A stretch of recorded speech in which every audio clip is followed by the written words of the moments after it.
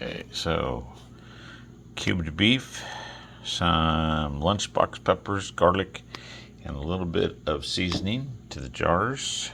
You'll see in the bottom. We're making beef stew today. Chopped potatoes, 1 onion, beef from our house, carrots from our house, potatoes, all from our house. Next we'll load jars, packing them solid.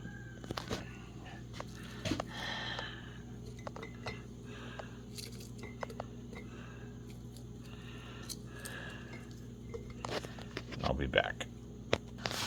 Okay, went through, filled all the jars full.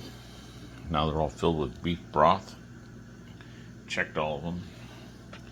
Next, wiped all the lids off, putting on new rings, new lids, and rings on all the jars. And we will transfer them to the pressure cooker that is starting at this point in time.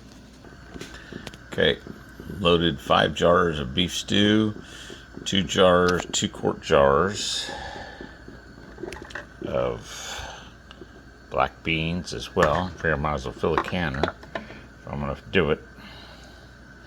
Put the lid on, wait for my time. Okay,